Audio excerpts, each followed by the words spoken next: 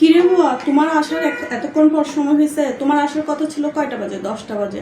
আর তুমি আসতেছো এখন দুপুরে 1টা বাজে। এতক্ষণে আসলে কি ঘরের কাজ হয়? ঘরের কাজ সব বসে আছে না? তোমরা এমন কেন? এত দেরি করো কেন? দেখেন খালা, আমি আপনার কাজ করতে পারবো না। আপনি এরকম খ্যাটখ্যাট খ্যাটখ্যাট করলে আমি আপনার কাজ করব না।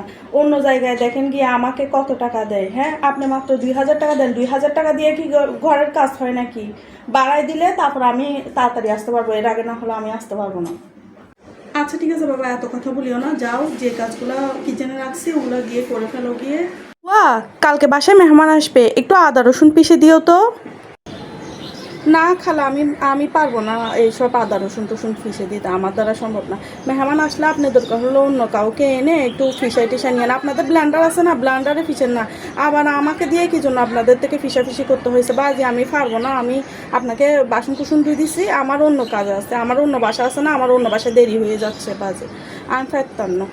খালা, 1 সপ্তাহ আগে না আপনাদের ঘরগুলো মুছে সুন্দর করে পরিষ্কার করে দিয়ে গেলাম, তারপরে এত ময়লা করতে হয়েছে। আপনারা বাবা ঘরের মধ্যে এত ময়লা কেমনে করেন আল্লাহ জানে, ভালো লাগে না।